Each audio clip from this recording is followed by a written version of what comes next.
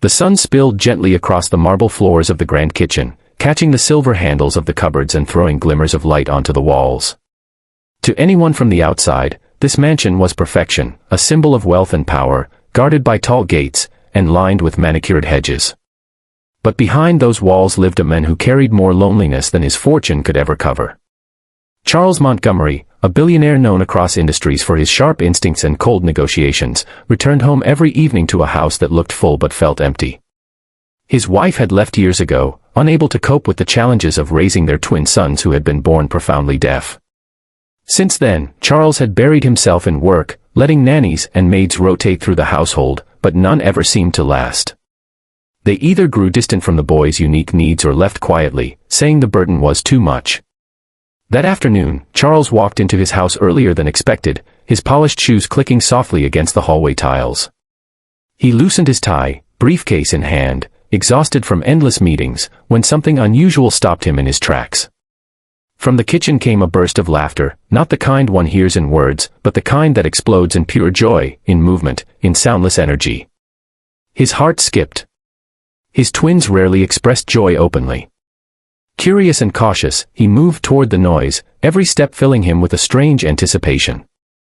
And then he froze. In front of him, his twin boys stood barefoot on the kitchen counter, their matching red shirts glowing under the sunlight. Between them pulsed a large speaker, its colored lights flashing with rhythm. The music thumped, vibrating the surface, a rhythm they couldn't hear but could feel. And dancing with them, her arms raised high, was the maid he had hired only 2 weeks ago, Isabella. She wore her cleaning apron and bright yellow gloves, but in that moment she looked like a conductor leading a symphony only they understood. Her movements were exaggerated, her smile wide, her body swaying to guide the boys. The twins followed her cues, their small hands mimicking hers, their feet stomping happily, lost in a world of vibration and light. Charles stood still, briefcase dangling from his hand, his mouth parting slightly. For years, he had struggled to connect with his sons. He had tried tutors, therapists, even the best specialists money could buy, yet he never truly broke through their silence. And here, this woman, a maid, had unlocked something he had never managed to touch. He felt something stir in his chest, something both sharp and tender. If you believe in kindness, in second chances, and in the power of unexpected connections, please take a moment right now to like, comment, share, and subscribe to Kindness Corner. Your support helps us continue bringing you stories that inspire and remind us of the beauty hidden in everyday life. Charles cleared his throat softly, but the sound was lost in the music. Still, Isabella noticed him. For a brief second, panic flashed across her face. She quickly helped the twins down, switching off the speaker as if she had been caught breaking an unspoken rule. But the boys protested, their little hands reaching toward her, their eyes glowing with unspoken words. Charles stared, not angry but bewildered, as he stepped into the kitchen. The silence after the music felt heavy, yet his heart was anything but calm. Isabella lowered her head, apologizing in hushed tones, but the twins tugged at her apron, signing clumsily with their small hands. Charles, though not fluent in sign language, understood enough to know what they were saying. They were calling her Mommy.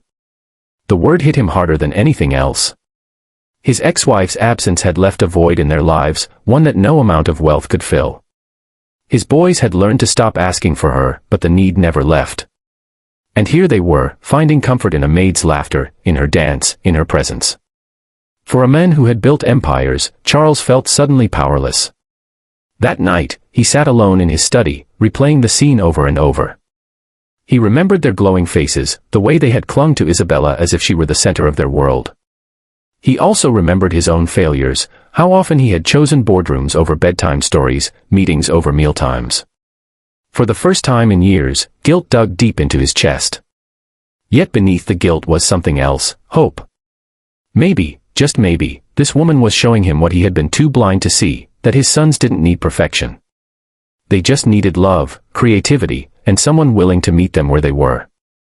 Over the days that followed, Charles began to notice changes. The twins smiled more, laughed more, and sought Isabella's attention constantly. She introduced games using colors, vibrations, and gestures, teaching them to associate soundless music with movement and light. She even taped balloons to their wrists so they could feel the pulse of bass notes in their arms. It wasn't therapy in the traditional sense, but it was connection, and it was working. Charles watched silently from the doorway most evenings, his heart melting a little more each time.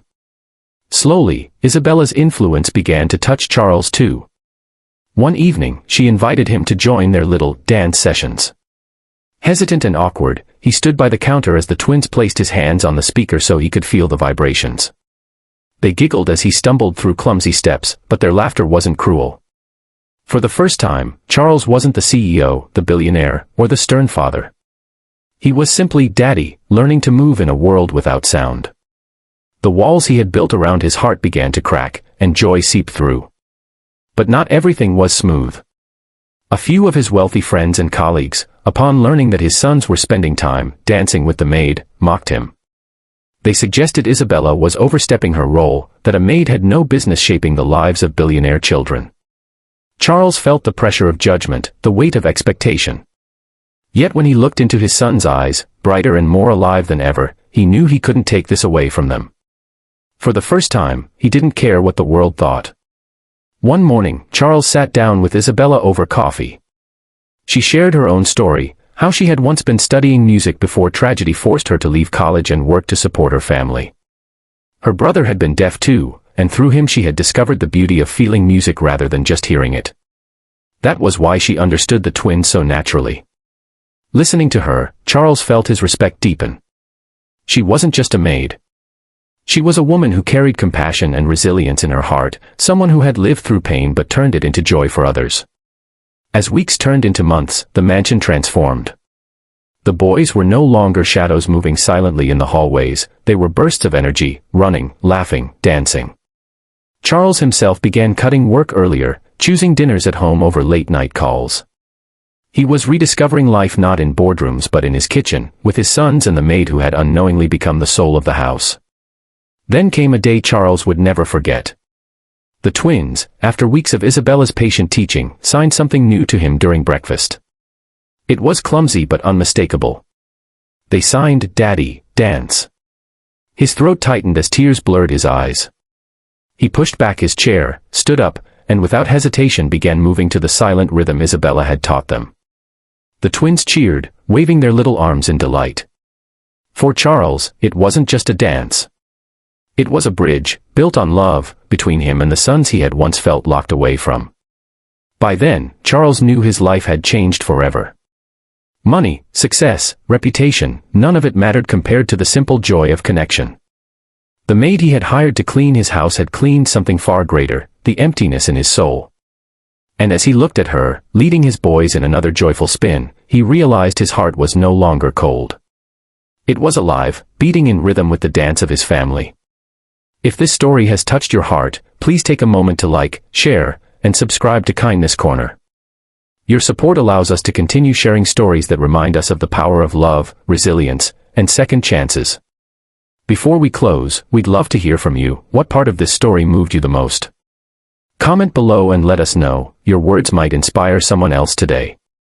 That afternoon, as sunlight once again poured into the kitchen, Charles joined his sons and Isabella without hesitation. No longer an observer, no longer a man afraid of his own shortcomings, he laughed and danced with them, his arms wide, his heart open. And in that ordinary kitchen, filled with extraordinary love, a billionaire discovered that the greatest wealth in life is not counted in numbers, but in moments that melt the heart.